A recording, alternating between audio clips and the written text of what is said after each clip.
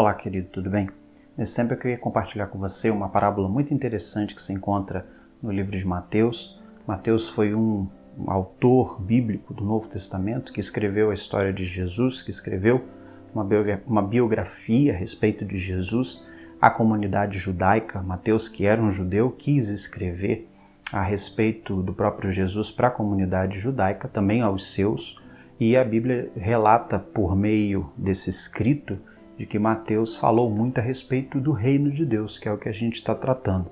E a Bíblia diz que Mateus, por um cuidado para não repetir o nome de Deus, porque o judeu tinha um certo respeito com o nome de Deus, talvez até muitos estudiosos dizem que era uma tradição judaica de não repetir o nome de Deus para não cair na condenação de Êxodo, capítulo de número 20 da lei, de não dizer o nome de Deus em vão. Lógico que é um exagero, mas a comunidade judaica tinha muitos costumes assim, muito legalistas, e Mateus, talvez para não citar tanto o reino de Deus, escreve muito no seu registro a respeito daquilo que Jesus Cristo disse, traduzindo também como reino dos céus. E o reino dos céus se traduz nesse texto que Mateus escreveu a respeito de Jesus, que Jesus falou no capítulo de número 13 do registro de Mateus, do livro de Mateus, a partir do verso de número 1, que é a parábola do semeador. E a gente vai ver que ela faz parte do reino, porque o semeador, na parábola, a figura do semeador que saiu ao campo para semear, é justamente a palavra de Deus, a que semeou essa semente, que é a palavra de Deus, é o próprio Deus, ele é o semeador. E é interessante que Mateus escreve essa parábola falando também que ela faz parte do reino de Deus, e a gente vai ver isso direitinho. Jesus, ele conta essa parábola e depois ele explica essa parábola, dizendo no meio que ele estava falando em parábolas e traduzindo essas questões a respeito dessa figura de linguagem que é a parábola, trazendo as questões a respeito do reino, justamente para que os seus entendessem e para que aqueles que não eram de Jesus e não eram de Deus também ficassem sem compreender. Isso era uma forma de Jesus ensinar. Jesus usou das parábolas para ensinar.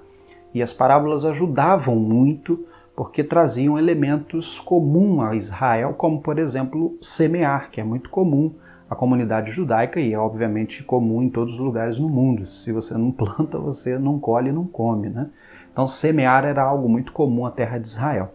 E Jesus conta essa parábola dizendo o seguinte: Mateus capítulo de número 13, a partir do verso número 1, diz assim: No mesmo dia, tendo saído de casa, Jesus sentou-se à beira-mar. Grandes multidões reuniram-se junto a ele, de modo que ele tomou um barco e sentou-se para ficar um pouco mais alto, e todo o povo estava em pé na praia. E falou muitas coisas por meio de parábolas, dizendo: O semeador saiu a semear. Enquanto semeava, uma parte da semente caiu à beira do caminho, e as aves vieram e comeram. Outra parte caiu em solo pedregoso, onde não havia muita terra, e logo brotou, pois a terra não era funda, mas o sol a queimou, como não tinha raiz, secou. Outra parte caiu entre os espinhos, os quais sufocaram quando cresceram. Mas outra parte caiu em terra boa, e deu fruto, e um grão produziu outros 100, outros 70 e outros 30. Quem tem ouvidos para ouvir, ouça. E ele explica a parábola a partir do verso de número 18, quando ele diz assim: Compreendei, pois, a parábola do semeador. Todo aquele que ouve a palavra do reino, tá vendo? Ou seja, a mensagem do reino. Que reino é esse? O reino dos céus.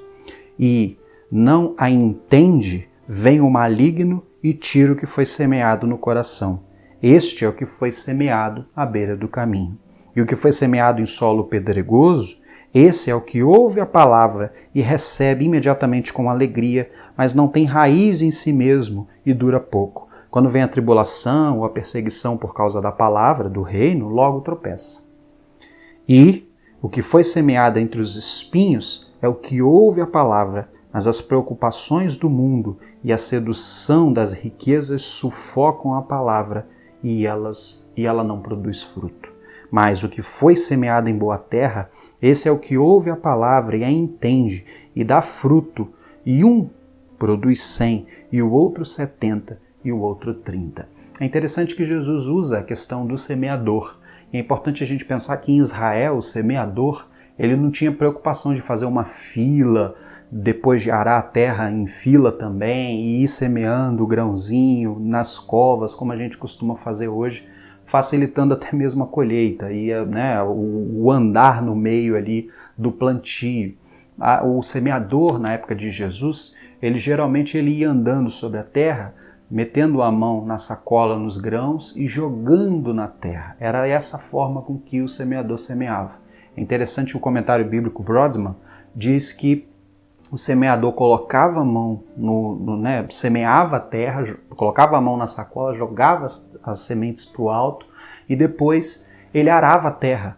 Ele fazia com que, obviamente, esses grãos pudessem se misturar com a terra, e ele fazia esse processo de arar a terra, que hoje geralmente a gente faz antes, eles faziam depois. E muitas comunidades hoje nos Estados Unidos fazem isso também. Existe até uma expressão norte-americana que fala a respeito disso. Então você percebe que eles tinham o costume de jogar as sementes para o alto. E Jesus usa essa analogia para dizer que esse semeador da parábola fazia a mesma coisa, pegava da sacola e jogava para o alto.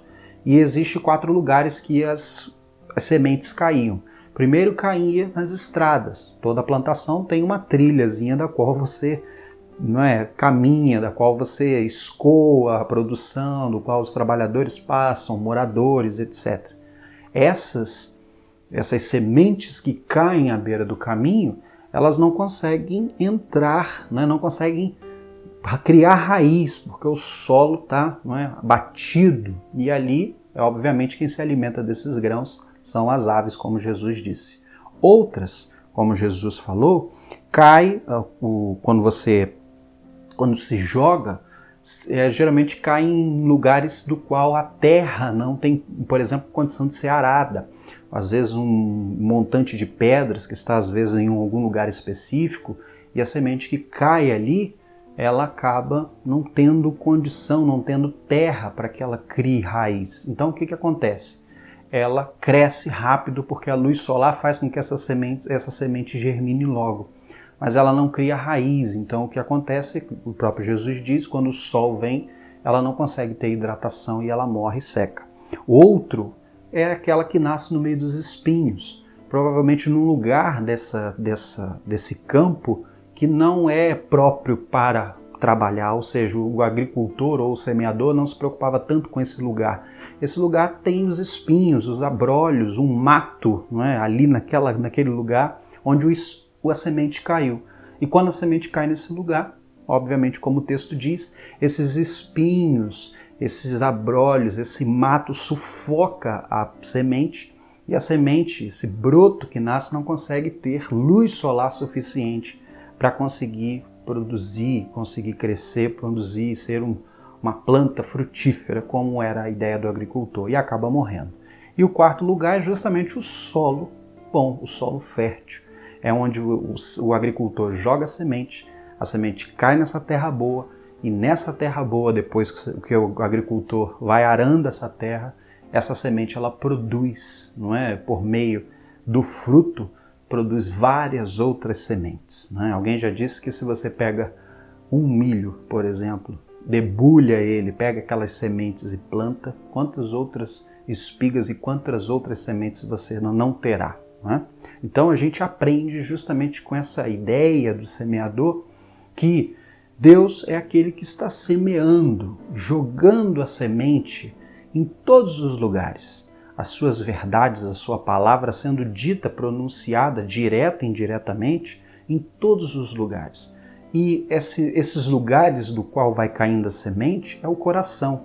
Broadman também diz que essa parábola pode ser chamada de parábola do semeador ou parábola do solo, porque também faz parte a perspectiva de olhar para esse texto a respeito do solo, que também é um ponto muito importante da narrativa de Jesus. Como que é esse solo, ou seja, como que é esse coração que está recebendo essa semente, ou seja, as verdades, a palavra do reino. Palavra sinônimo para valores, ensinos, não é? Aquilo que Deus deseja como prática para a vida do indivíduo em Cristo Jesus. Esse é o reino. Esse é o reino que Jesus Cristo deseja estabelecer, uma vida dedicada a Deus, sobre os princípios e parâmetros do próprio Deus, alicerçados sobre a pessoa e ensinos do próprio Cristo Jesus. E muita gente vai receber esse reino e infelizmente vai deixar passar. E Jesus explica essa parábola para os seus discípulos, que ela é fantástica. Existe aqueles, ponto número 1, que são endurecidos, não é? Que são impenetráveis. A palavra bate em seus ouvidos, mas é como a semente que caiu num solo batido. Ela não consegue tampouco germinar, ela não consegue criar raiz. A palavra ela não tem valor nenhum, ela não tem peso nenhum, porque o coração muitas vezes está fechado para Jesus Cristo. E, infelizmente acabam vindo os pássaros e comendo essa semente. Uma verdade que a gente aprende quando a gente estuda a palavra de Deus, estuda a sociologia humana em geral e principalmente sobre o olhar da religião e sobre o olhar de Cristo Jesus é: todos nós servimos a alguém. Se nós não servimos a Cristo Jesus, nós fatalmente serviremos aos outros deuses, aos outros deuses que nós temos nesse mundo, seja o Deus do prazer, seja o Deus do sexo, seja o Deus do dinheiro, seja o Deus eu sou Deus, mas a gente sempre vai servir a todos esses deuses que são postos nessa terra. Só que a gente aprende que a todos esses outros deuses nós na verdade não servimos, nós somos escravos deles. O único Deus do qual nós servimos e somos tratados não como servos, mas muitas das vezes como filhos amados, co-herdeiro de todas as coisas, é junto ao Senhor Deus, junto à pessoa de Cristo Jesus. Mas existem pessoas que são impenetráveis, que ouvem a mensagem e infelizmente não abrem o coração. Outras pessoas são como aqueles que caíram no meio das pedras. E a Bíblia diz que são pessoas que até simpatizam com Deus. São pessoas até que servem a Deus, mas muitas vezes de forma superficial. Eles não têm raiz em Deus. Então, como o próprio Jesus disse, o semeador, ele quando semeia a sua semente nesse solo pedregoso, é aquele que, depois de um tempo, diante das dificuldades, diante de todas as tribulações, ele acaba dando as costas para Deus. Ele acaba dizendo, Deus não me ama só porque eu estou passando por essa dificuldade. Ou, eu não vou deixar de fazer tal coisa por causa de Deus. Que é também muito próximo àqueles que estão crescendo, ou a palavra que está caindo no coração daquele simbolismo dos espinhos, dos espinhais, do mato.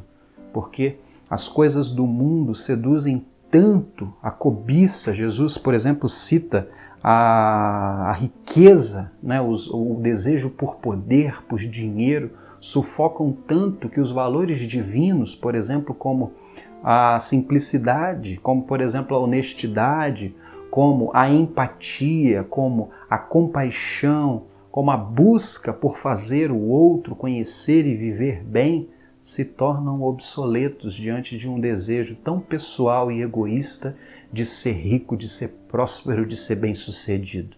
Esses espinhos acabam com a vida dessa pessoa e, infelizmente, acabam com toda a boa palavra de Deus que poderia ser vivida por esse indivíduo.